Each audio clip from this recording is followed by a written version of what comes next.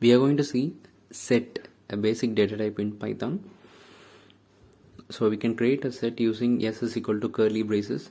So the major difference about this is it is unordered, like there will be no ordering things.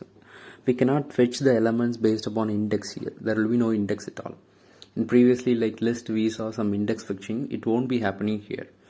So to create a set, like you have to put curly braces and the elements, that is we saw. Another difference is it won't store duplicate values. For example, if I store apple comma orange comma apple again, while printing I won't get the apple. You can see here. See, only those element will be repeated once. For example, apple has been ignored here. So that is the case. So set is something which is which will ignore the duplicates. Similar to other data types, there is a function len using which we can find the length of the set. So here in our case, the length, it is saying that it is 2 because it will simply ignore the third value because it has been repeated.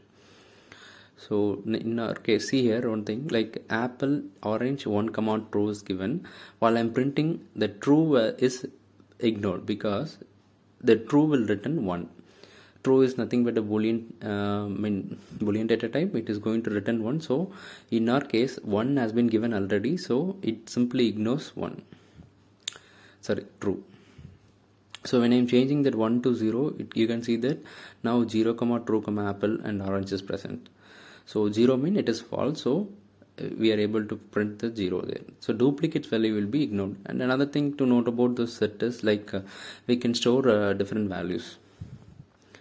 Okay, this is like a constructor. T is equal to set double parenthesis, and I'm giving the elements inside.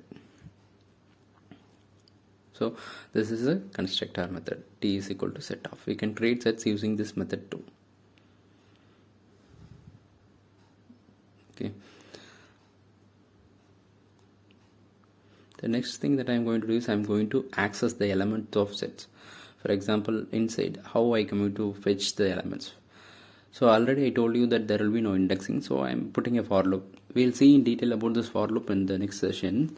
Now, to fetch the element for x in t, it means that I'm going to fetch single element in x and I'm going to print in that way. Single element from t and I'm going to fetch the values in t one by one. So that is what it has happened. Then this method, the C print apple in T, it means whether apple is present in the T or not. In that way it returns true because we have apple in tree, the T variable T. Similarly, apple 2 in T mean like it is not present, so it is returning false. I can add elements into this set using the function add.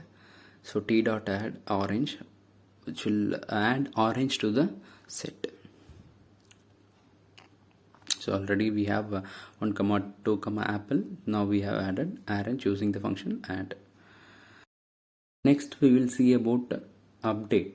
As I told you already in the starting itself, we cannot update the elements in a set. But what we can do is we can add the element from a set to another set. This can be done.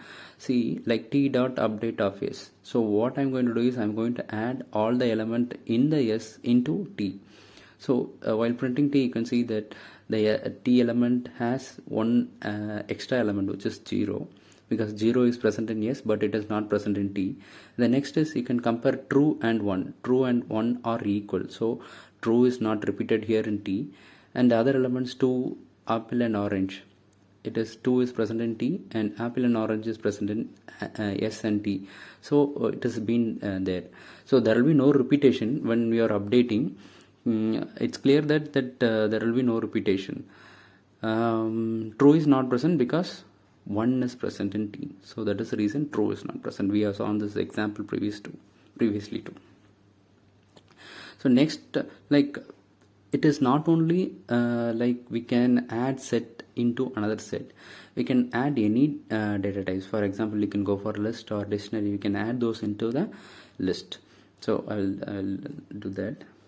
So I'm created a list a is equal to 5 6 7, and I have updated the t dot update a, which is like I'm updating set with the list.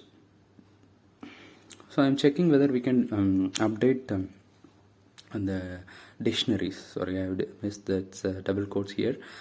So dictionary, you know that it is a key pair value where name, in this example you can see name is a key and Ravi is the value that is given to the main key name.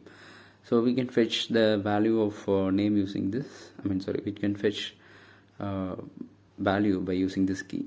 So I'm going to update this. For example, t dot update r. This r is nothing but it is key pair value, which is a dictionary. So while you are updating, you can see that only the key value is there. T dot name is alone printed in the here. You cannot store the dictionary inside the set. So that is what it means. Next is I'm removing the element t dot remove of 5, which is going to remove the data 5 from the dictionary, set. So when I'm repeating the same thing like t dot remove of 5, it is throwing me error that there is no value such that. But there is some other method which is discard, which is also going to remove the element from the set. You can see here t dot discard means I am going to remove the 6th element. So while I am running the same thing again, there is no error generated. So this is a major difference between remove and discard. A remove will remove the element, and if you are running that again, it will generate an error because there will be no such element. But in the case of discard, it won't generate any errors. Next method is pop. It is going to pop out some element from the set. So we cannot, as I told already, set is not, not ordered. So it will send out some element. That's it. We cannot say that it is an exact lost element in that way. Set will pop out some element. That's it. So next I'm going to create a sample list. So what I'm going to do is I'm going to clear the list. So clear is like it is going to empty the list. That is it. So you can see clearly that it is while printing yes after clearing this, it is telling that it is empty. So next is deleting yes. Delete is the keyword which is going to delete the set completely. So after delete is, when I'm printing the yes, it is telling that yes is empty. Next what I'm going to do is I'm going to do some joins like unions and intersection that way.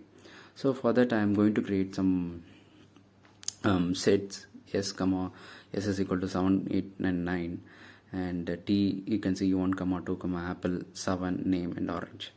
So in common they have 7, that is the thing. So first thing I will do is I will do a union operation. Union is nothing but it is going to combine both the things, and it is going to eradicate that remove this duplicates. 7 is present in both sets, so 7 has been merged. That's it. It is done using this union operation. Union is going to combine both the things, and that is the result that is given. So next is intercession. Intercession is it is going to return the common value. So you can see clearly that it is returning 7. The last one I can say is that is a symmetric thing, which is like symmetric difference. So what it will return is it will return values other than the common values. That is the thing that has been written. You can check that the 7 has been removed because 7 is present in both, like it is present in yes as well as it is present in t. So both the things which is common is removed. I hope you understand the concept. Thank you.